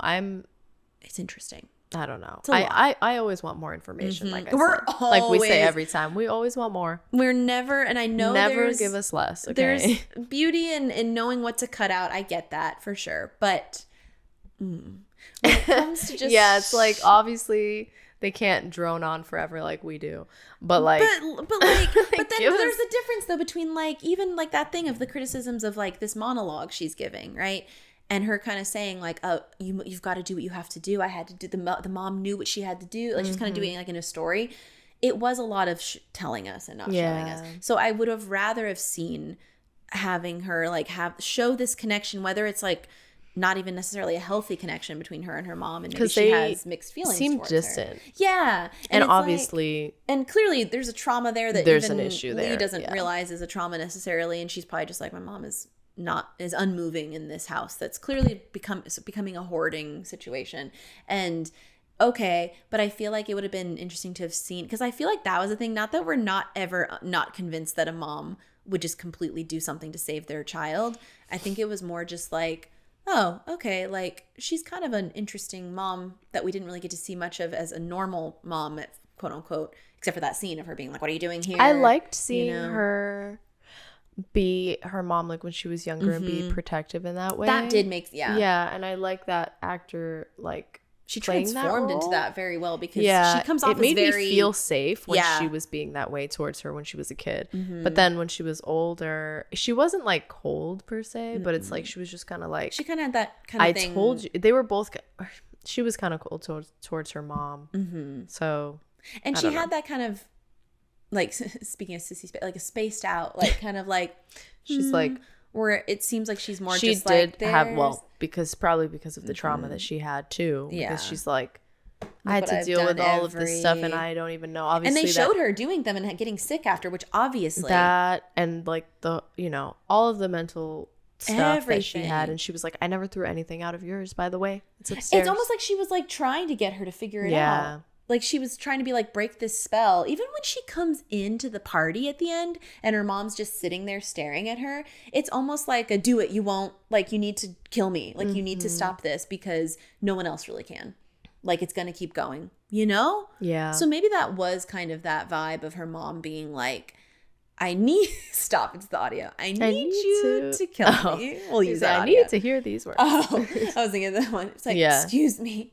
I need you to kill me. It's literally like she just, I don't know, because at that point I can't, it's like she feels, she does have a moment of freedom when she shoots that doll. It's almost like she's like, okay, Longlegs her mom is dead. frees her She frees in a way, her. but then she still goes to the other doll at the captain's house. Because what we were also talking about at the end, where it's like the captain and his wife are under that spell, and Lee doesn't do anything. She just lets him go into the kitchen and kill his wife. And some people argue that like she's already under the spell of the doll at that point, but I don't think Lee was under the spell of the doll at that point. Maybe because the whole time she's like, "Oh my god, hello!" Like she's like saying things, Mom, like stop, yeah. but she's not doing anything. And I'm wondering, you were also saying, and we were thinking, like, could it be like that, like when you're frozen, like from not fear, but like shock. What on earth can I do? That's yeah. And her mom started saying stuff too of like, and it's hard because you're like, her options are, do I kill my mom? Like, but she knows that if you shoot the doll, that's the thing. The trance is going to be us, broken. We were like, but she this didn't isn't do between it. you shooting your mom or not. It's shoot the doll. Yes. Get the little girl away from it. The whole time we were like, is she going to do this? And she let everything play out. Even if the dad had started charging at her, shoot his light, like get him out of the way, shoot the doll. Yeah, and at the end, right, like, you know, shoot him in the leg, whatever. Yeah, do something if you then feel after everybody's dead, besides the little girl and her, that's when she's like, oh, we got to get out of here, and she goes to shoot the doll. And you're like, but then she's pausing because she's under the spell at that point. Again, that's when she's under, for me, I'm under the impression that she gets under the spell when she stares at the doll. Which again would have been a perfect ending if she had just started turning the gun towards the little girl's head. Sounds awful to say out loud, but it would have been such a better chilling ending to imply she is now the one. And she's like either all of this is death and destruction essentially. Which again, you know, that's another thing too. That's my thing, which I'm getting way too granular with it, of being like again, never not believing that a mom 100% is like, I will do whatever. But then I'm like, what is the outcome here? This guy, you're saying, I remember you were explaining to me too. You were like, well, he's saying we're not going to do the ritual on her, so she is technically safe. But it's like, so if you he's like, if you help me, because probably after that one girl, that whole thing went awry, he's like, I need somebody to get in there. To be like, stay in there and make sure it happens. Because remember, he said you have to stay and you have to make sure it gets done. And you have to like watch it happen, which I don't know how she survives it. I guess it's like she's exempt because the devil's protecting her or something. Right. But that's what he's saying, and that's why she has to see it, because he's like, it didn't work. Covered and splattered in blood, leaving like throwing up, like all this stuff. Which is insane that there's no trace or any. I guess it's the 90s unless CCTV. I keep thinking about that when it comes to like fingerprints and stuff, and I know like even in that Totally Killer movie, which is different because like forensics have obviously evolved over time, but in that one, spoiler. It's not really a spoiler, but she goes back to the 80s, right? That's the premise. But she's like, here, I have the DNA. And he's like, what the hell is this? I don't need this. Like, okay, whatever. It's and like, I'm throw like, that away. But that's like, but what? I mean, I believe by the 90s. I mean, I guess I'm trying to remember when they started. Yeah. But like by mid 90s. For all we know, this takes place in the 70s. No, I'm kidding. I know. Like, by the mid 90s, though, I'm like, I thought that's when they started getting like fingerprints at least. Sounds DNA, I think, might have taken longer, and then fingerprints. Right, fingerprints. They definitely started already. Maybe I don't know. Again, maybe it's like what's his name, Mushitaro's ability with stray dogs. Wait a minute. Erase the perfect evidence. The fingerprints are gone. The devil's like, I guess I at took this care point, of it. the devil's involved, and I'm like, but the fingerprint. We're like, they're but like, what about the logic? Okay, you know, and they're like this, But so if she had said no to saying like, no, I won't do it, he would have performed the thing on the daughter. And is it guaranteed? This is like, again, I'm getting way too into it, but like, is that guaranteeing that if they perform the stuff on them, that they're all going to hell? Like, just because he's going to kill them? Because in my head, I'm like, listen, this is horrific. I don't even want to let my family get involved with the devil and working for him. Because then it just, like, even like she says, even before Lee shoots her at the end, she's like, if you don't let me continue doing this, we're all going to burn in hell. And I'm like, well, what, are you just never going to die?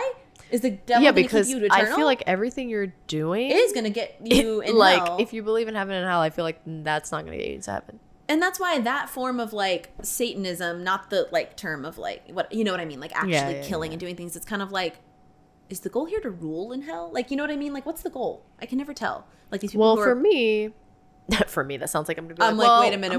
No. You're like, when I kill the blood of babies. Yeah. No. It's not no. I don't. First off. No. But I'm thinking about the ending too, and how it's like the other issue being like, they didn't defeat the devil. Like, I was texting my mom about that. I'm like, the devil won, which is fine, but because like, give what us a better... happens after that? I'm just like, and then what? And he's like, you guys are done. Never mind. In these kind of movies, is the devil ever truly beaten? I guess not, but at least the right, scenario like it's is. never. But the scenario, they're safe, or they're like close up. You know, even in Drag Me to Hell, it's a whole different thing. But like, true. But it's like, I guess it's either like, but you can still have a satisfactory ending, even if like that like in Drag Me to Hell, okay, like. Even if it's like sucky for the main character, it's kind of like, yeah, but it seemed like it wasn't complete. Yeah. I was just like, but what happens now? Like, you know what I mean? Like they did, like you had said, you were like, why can't they give us like a 30? Yeah, like even 5 minutes more. Even of like showing them show up to the scene and showing us the implications of like what happened. Like if we saw her not there, but we don't need to see the little girl dead, but if they're talking about how, well, there's the family dead inside and there's a nun there this time. Would have been interesting if they came, Lee was just gone somewhere, and the little girl is there with the doll alive or something. And then she's just like with the doll, and they're like, because at first I was like, oh, it'd be interesting if she wasn't there, but then everything's the same with all these cases. They're like, here's a little girl, whatever, and then they're like, but I guess they wouldn't have seen the doll. You're right, because the dolls usually the mom usually takes the doll, right? But then where do those dolls go? Are they all buried somewhere? Are they in that basement? The man under the stairs, or under whatever. The man downstairs. Downstairs. But then that's the thing that would have been interesting for. Yeah, I know. Every time I was like, I see what you did here. But it would have been interesting to have seen them, maybe they bury all of them. Be like, be confused, being like, why is there a nun and a doll here? This doesn't match the MO. Like, what is nun and a doll? They're like, what is apparently going none on? of them knew what the heck was going on except for her. True. And the captain. But everybody else who was involved in the case, they knew about the died. Longlegs stuff. Like, they knew that there was things, but they didn't know that they were all connected to the various cases that she figured out, I guess. Maybe. You know, which it seems to me, I'm like, she didn't even need some of that. Later on, she did. Like, especially when she was translating the stuff after he left her things and all that stuff, the connection she had. But in the beginning, I'm like, did no one else make these connections yet? Not about the, like, drawings on the thing, but, like, just they're all 14. Did they already have that? Did she figure that out? She figured, like, everything out. Oh, no, he said the birthday thing. Oh, okay. He was like, all the things that are in common are, that's like, right. they all have daughters. Have the basics. Yeah, okay. They she had just that. Pulled together more but then, stuff. and it was, like, always the dad. That's fair. I'm like, what are they doing here? What are they paying them? Yeah. And then he's like, also, like, I don't know what this stuff is. See, there's a lot of moments too that they do a good effective job in this movie of like not doing things for shock value, but they are shocking still. Like there's still moments that I'm like, oh my gosh, but it's not just done for the sake of like even when she kills the other FBI agent, I remember being like, no, like, oh my gosh, like when the mom does it. I didn't like that either. It was very upsetting, but the way it was kind of effective though, because it makes sense that she's like, okay, why is this woman here witnessing this? You know what I like too, because I agree. And I think that a lot of people are saying like this movie, like a lot of people, first it was like, this movie is like the scariest movie and people are throwing up in the theater and like whatever. And then people went on the other end. And then people were like, what? Relax. Like it's not that bad. But I think that I really like, but then their argument is like, well, it doesn't have any jump scares. And I'm like, I don't think things have to have jump scares in order to be in really fact, I scary. think jump scares sometimes are not done Can cheapen it. And but jump scares are done properly. Yeah, they're just going to be like, it's this type of movie. Like nothing about this actually is. It's different. Sometimes they'll rely on them too much, and I'm like, you didn't get the vibe right. This is more of like a horror thriller, but I also really like when the thing about this, instead of it being like a quick jump scare, they do things really slowly. I would say, and it's really eerie. Of those like things, I like when they show Haunting things a Hill House. Really slow, and it's even scarier because you're like, oh my god, like it's coming, it's right there. It's and like it's like we're fans of those kind of things too, where it's like it's Haunting a Hill House kind of vibes, Conjuring vibes, where something's there the whole time you didn't realize. Yes. Or there's a ghost standing there. And you're they did that a lot. My gosh. When the mom comes up to that FBI agent, she does it so slowly that at first creepy. We're like, wait, that's her, but is it her? But I don't know. At first and the way she's was, like, what's her name, Lee coming back maybe to the car, because the woman was. I thought it could have been him or someone else, him or the devil. Yeah. But she was just now noticing that car that was covered was getting uncovered, and it was Longlegs' car. that was at the mom's. So it was perfect, quote unquote, perfect timing that the agent was like, wait a minute. Why is and all this of a car sudden, here? yeah, you see like the body, like her walking, and it's just done so eerily and it's so freaky. Even just the setup of the beginning, like after the poor guy is shot and she goes into that serial killer's house and he's just sitting there on the bed with his hands up. Like that's not even related to the Longlegs case. You were like, wait, how? Oh, wait, I was like, wait. I think it was like a little bit later. You were like, I think that was a separate case, and I was like, oh. I'm like, that's just a setup that she's psychic. You're like, that's just the fact that she figured. I was like, that makes sense. Yeah, that makes sense. But at first, we were like, oh, this is connected. They found it. No, it's like that's it. Wait, it's Longlegs. No. Yeah, but the name Longlegs just creeps me out. It's very. It just does, and it's not even because of spiders. Because I love Daddy Longlegs. Yeah. It feels like it's a man in the bowler hat kind of thing, or what is it? The man in the hat? Like again, the bowler hat man, the bowler hat guy. Yeah, no, that's the one from. They all hated me. Hi, Goo. But yeah, it's that. What is that from? Now I'm trying to remember. There's the one from The Conjuring one. I mean, the Conjuring 2 is the one with the man around. Man with that the guy grin, has like a bowler smiling hat guy. Yeah, and then the other guy with like the top hat bowler hat thing is in Haunting a Hill House that Luke keeps seeing, and it's like he's like the tall. Stop. He's really tall. I don't like it. But it's always us in our hats. We're like, I hate a hat. I love a hat. I'm but like, please. Not when it's creepy. But I'm like, and I don't like legs when they're creepy either. It's just like, that's why, again, I think bowler hat guy, even though he's not in that genre, he just has he looks like the rest of them. He looks like a Longlegs. They're all just like the Babadook, like in different shapes. Anything that's just like spindly, like looking queer like, icon. Love the Babadook. We love him. But there's just a lot going on. I do wish that the ending had been fleshed out. I think it could have been a real classic if the ending had nailed it. But I do find myself wanting to watch it again, and maybe it's because of I do to figure things out again or see it from a new perspective. In a different light. Yeah. But there's also like I said, I came home and I was creeped out. Yeah, I'm gonna be creeped out tonight. I keep thinking like I'm gonna look over and see like. Stop! I thought that earlier too. I was like, I don't like it. But I do that all the time. But for this movie, I'm like, I don't like it. Anytime I have something hanging, again, it's the Babadook hanging on the the clothes. Please, every time I see my fan or my lamp at night, I'm like, and I've had that like sleep paralysis thing, which I had something that would like move like the Babadook, but it looked like no face. Terrifying. But it turned out to be my lamp because it like moved and I could see it out of the corner of my eye. And when I finally got my body to move, and it was just the lamp, but I saw it because I was half asleep beforehand. But then it turned into a lamp anyway. Don't talk to me about my sleep paralysis boyfriend demon that comes to visit me and hugs me at night. Oh my God. And just gotta live through it.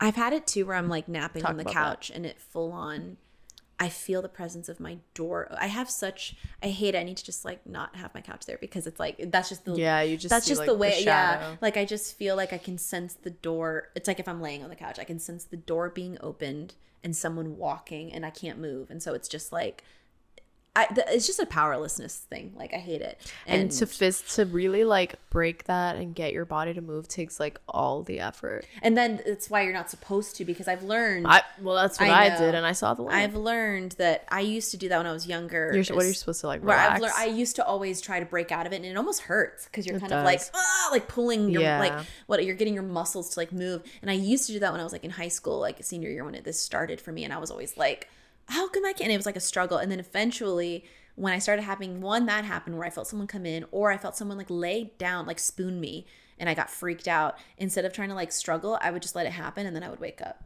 Like I was like, well, welcome home, honey. Like whatever. It just reminds me of like when people do the projection. You know, when you leave your body, what's it called? Oh, astral projection? Astral projection, yeah. Yeah. I know. Which I've heard stories about that freak me out. Well, you know the whole thing on TikTok of shifting? Yeah. But that's a timeline thing. Understood. That's like a timeline thing where you shift into a different timeline. Is it not dreaming though? Like, well, technically you're moving your entire reality, so then if you shift, you're in a different timeline now. What if you can't come back? You want to go to the other. They want to like it was more of like a shit. I'm not. I wonder though if it's like that thing of you always branch. Like anytime you're going over, it's a new branch of the kind of like with Bungo, Stray Dogs, and like Loki and stuff like that, where it's like this is actually like just a branch off. I always feel like I saw it like just like point blank as seeming like someone being able to tap into lucid dreaming. Like you get set in and then you're like, let me create. That's like, what astral projection and like lucid dreaming is. Because I feel like when I see shifting stuff, people are talking about you need to come up with the reality before you enter it. Like you need to have a script. You do, but it's like so your real world life. Yeah. So it is to like shift that seems into like lucid dreaming though, from my experience of lucid. But dreaming. It's like a waking version of that. It's kind of like with string theory, where we all have like there's multiple realities, but then some people believe that I think I've talked about this before, where some people believe it's like there's a reality of you that plays piano, so all I have to do is tap into that version and then I can play piano because that version of me exists. But do you feel like you're actually awake, or does it feel like a lucid dream kind of thing? No, because your life, from what I understand, it is a different. Be laying on your bed doing this. You can't just be like it's like you going. I'm about to shift. Well, you can. I think when you do shift, you're like, I'm going ghost. But like you're doing that so that when you're up in your life, you've shifted into that other reality for your real life, like not in your dream, but like in life. But then what? You got to go to work the next day. Where are you? You're in the new timeline, at work. Well, what do we see in our reality? Right. That's the thing. It's like, does that version of you stay here and you went to that other one? I keep seeing is not like that. Like again. I don't know a lot about this, but from people I follow talking about it, seeing it more as like a pastime to do, and they might just be using the word shifting, and it might be a big umbrella now of just a lot of stuff. They keep talking about methods and like doing it when they go into bed and then like waking up. It's like you go into it and then you get up out of it.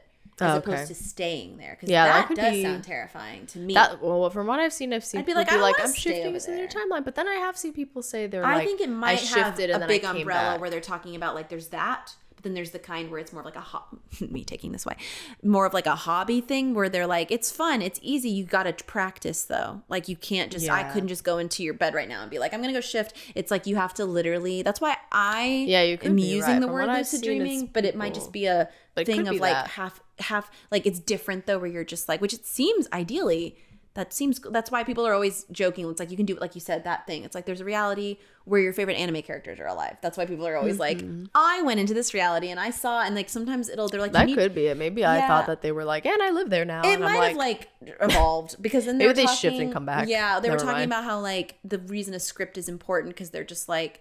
Which is why to me I'm like, this seems like a nice, like, I've created this dream, I'll be back in the morning. But it's kind of like maladaptive. Yeah, a little bit like that. Yeah, except instead you're like, I have entered a state. Maladaptive dreaming or daydreaming? I think it's maladaptive daydreaming. I think. And this is more of like you're actually under, like you're like, anyway. I'm interested in what your thing of it was though, because that honestly very interesting. Maybe it's just both. Terrifies me. Or maybe I could be wrong and thinking they just live in that timeline. Next time when we've tried shifting, no. Yeah, no. Just kidding. we're like haha. Anyway. Anywho. Well, those are our thoughts on Longlegs. Again, I still really liked it. Yeah. Had a great time. I liked it too. I think that I just get so bummed. I just wish, and I've seen it from most reviewers, everyone's got the same consensus, which is at least validating. And also trying to be like, guys, you have to look at this as not like, it's a thriller, a horror thriller. Go into it as a psychological thriller with an FBI case, and you're going to be scared, but like, obviously know that it's creepy, clearly, and scary, but like, you won't be disappointed with how like chilling it is if you're like, ooh, this is it's like, it is chilling. It's very chilling. The chilling adventures of Sabrina, and she's there. Of Longlegs. Right. Of Longlegs. But I don't know. Yeah. I hate it sometimes if I'm like, I didn't like the ending, and everyone's like, what? And I'm like, I'm glad at least this time no one is hating on the movie. Everyone's pretty much also saying we love the movie, and they're also just like, but it's like us with that. With Smile. And I don't know if other people felt that way with Smile. Which at least though this one, throughout the whole movie, I felt like I was at least like, I feel like with Smile at the ending, I was just like, I don't even like it. Like, get out of here. I don't need to see this again. Now I'm mad. I'm leaving. And they're like, yeah, you have to. It's 11. You got to get out of here. They're like, please. Get out. We were like at that. Remember we were like standing outside like ranting about it. And we're like, I guess we should leave. No one was in the parking lot. It was at that mall. Remember that? Oh we my like went God. to that random. There's like an abandoned mall with a theater, and I'm like, there's always that type of mall that's like the only thing here is a theater. Is the AMC still kicking? And it's like, why do we have to enter through the mall to go into this? Like it's freaky. This. I'm like, I don't like it. Ugh. But well, let's rate it then. So our scale from lowest to highest. Scary scale. Okay, we haven't done the scary scale in a minute. Yeah, nothing really applied as much. Creepy. Yeah. So, Alone in the Dark, Nightlight, Cover Your Eyes and Grab a Friend, Under the Covers or Broad Daylight? I guess I would say Grab a Friend. Right? I think I would do Cover Your Eyes and Grab a Friend because I don't think it's under the. It is creepy though. I did need to hold something though. I needed to hold your hand at one point. Yeah. Cover my ears, which kind of coincides because every time we're like, as long as I have my ears closed, and I'm fine. Or I looked away for something that was like, I think it was something that was like bloody or something. Yeah, both with scariness, creepiness, and goriness. It was kind of like. Yeah, I think it's when he slams his head on the table. I was like, I can't do it. So I agree, which is like I feel like that's solid, and also but it is eerie. It's eerie though. Yeah, it's just like. It's so funny because every time we talk about being like, and then I can't walk, I look around. It's like sometimes I'm kind of like, maybe I do need to be in broad daylight. Maybe it is the under the covers. After effects are a little bit different than the actual. Yeah, like, that's the movie. Thing of like, how does it traumatize when we're actually living life after? It's impact. Ugh. It's fine. What's the impact? That's true. That's true. But I like. Also, it's Scary Scale or Horror Scope. We have both names for it. Okay. So now, good. Overall rating. Lowest to highest, we have Dusty, straight to DVD, airplane movie, stream it, plan your night around it, and then life-changing / iconic. We did plan our night around. Like we did plan our night I around think it's like hard because when I think of stream it, sometimes I don't think stream it is correct because if you have a chance to see it in the theater, I think you should. Yeah. And so I think because stream it to me, it's like it's always our thing of like if we saw it on Netflix and we're like, ooh, this is a good one to like.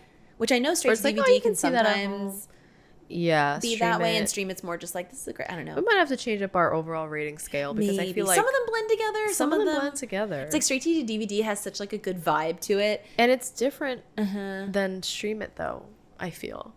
Maybe it's not, but maybe I feel like the way that we think about it, it is. I know, because then sometimes I'm kind of like, some things have such a good, like, oh, it's on streaming, yay, perfect time to watch it. Or other times it's like, oh, we found this randomly. It's like a random. Stream it. Yeah. But straight to DVD means it's like, it's not even in the theater. Yeah, like don't. And it's like, or if it is, don't worry about it. Don't. Watch it later. Don't worry about it, sweetheart. Maybe we have Dusty because under the bed and dust bunnies and stuff, which hello dust bunnies. But also it could be like the DVD that's dusty underneath, like. But it's like. Been sitting on the shelf Isn't forever. Dusty and straight to DVD, are those the same? I feel like I think of Dusty as being like I have not put that in the DVD player, or I have like it's watch it. It's over all. there. Yeah, it's been sitting there because it's like okay, I don't watch it. It's like a 1 star out of 10. It's like we watched it once because we watched it once, and there it is. Anyway, not to dissect our rating now. Hey, now you got a better understanding of it. Yeah. You know? I guess I would say plan your night around it, especially because there was a lot of hype.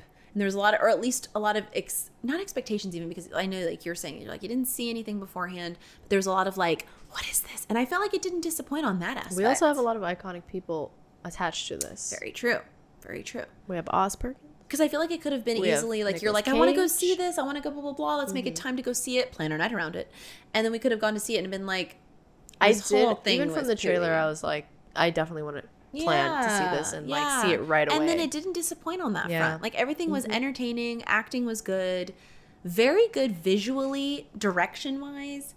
Like again, it nailed that feel perfectly. Like I feel like it was a very well done movie. Like it felt like an indie movie, but like I don't even know what an indie movie is anymore with budgets and stuff. I'm like, I don't know.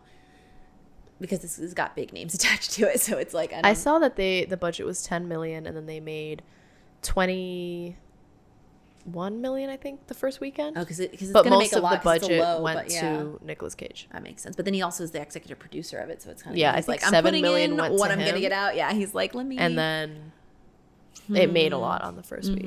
And then ratings wise, we didn't even go over, but we usually will go over. I think it's kind of got like 80s and 60s. Can you imagine just being an actor? You're like, I won't accept less than. That's my rate.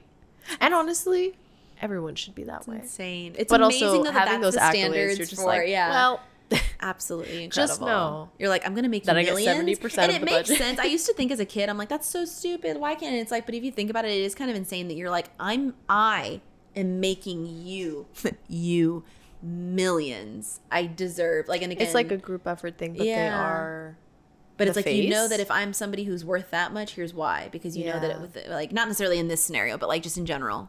And also sense. They don't have to be, it's not like they're being like rude about it. Oh, some of them maybe. Yeah. Maybe, but also being like, listen, this is my rate. But it just makes more sense.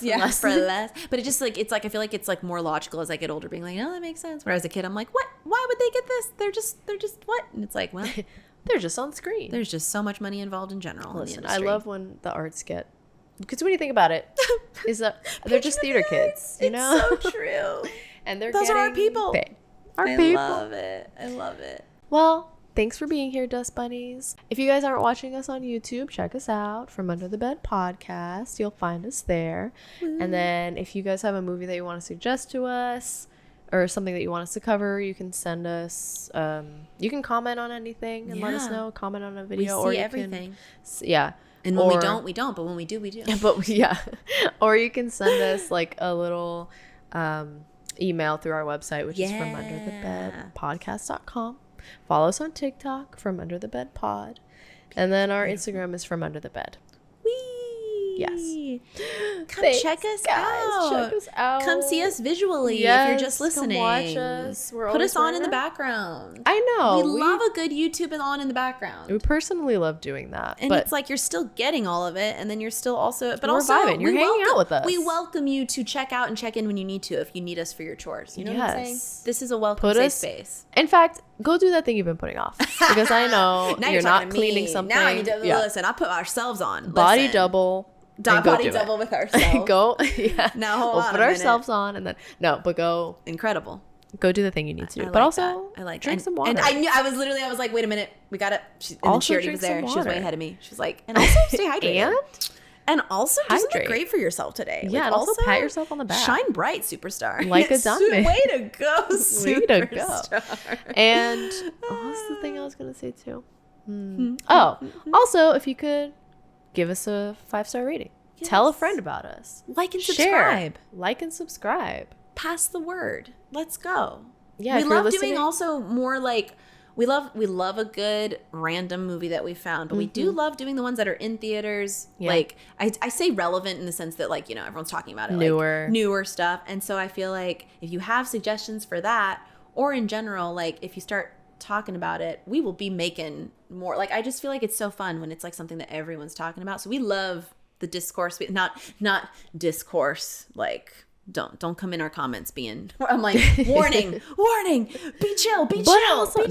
But we love like just any opinion. Like, you loved the movie, hated the movie, let us know don't think you agree with us. Like, tell us why. I want to talk. We love talking about this. So like, if you have anything, what you thought about it, because if you just saw one or saw a new thing. Also, if you have any suggestions on movies that are similar to this one, or like that creepy thriller, let us know, because we do love those. Obviously we also cover things that are like child horror stuff, like Haunted Mansion, and like things that are like, we will do many a thing. Spooky, but those are fun. Yeah, I know when you said Phantom in the Megaplex way earlier, I was like, no, we've been meaning to cover. We do got to go back into our Disney Channel movie era. We never left, obviously, but yeah, we like to switch it up. So if you don't like these type of movies, they're like, we just listened to this whole thing. We actually hate. If you made it this far, but let us know. We do have, if it's not as much your jam, we have other types of movies that are still scary, quote unquote scary movies, but they might be more up your alley. You know. Also, we have an anime podcast that's in the works. We just haven't. By that, we haven't done anything for it. We haven't put it out yet. We've done a lot of brainstorming. But we've nodded in each other's general directions. We're gonna do it. We're gonna do it soon. So if you're into anime, a very like broad scale one, so that you can always any topic is fair game of under the sun of this, and it's like we just know that you would enjoy it. Yeah. You're like, it's the person listening. I've never watched a single episode of anime. It's for you. Look forward to that. Yeah, but it's for you. So look forward to that. Okay? Maybe you should check it in. You know, check out. Let's go. Check out. Let's go. It's coming. Anyways, thanks guys for being here. Yay! Thanks for making it this far. Thanks for listening to our rambles. We love you, Dust Bunnies. Yay. Okay. Until the next haunt. See you. Haunt your dreams next time. Shift if you'd like. Bye. Bye.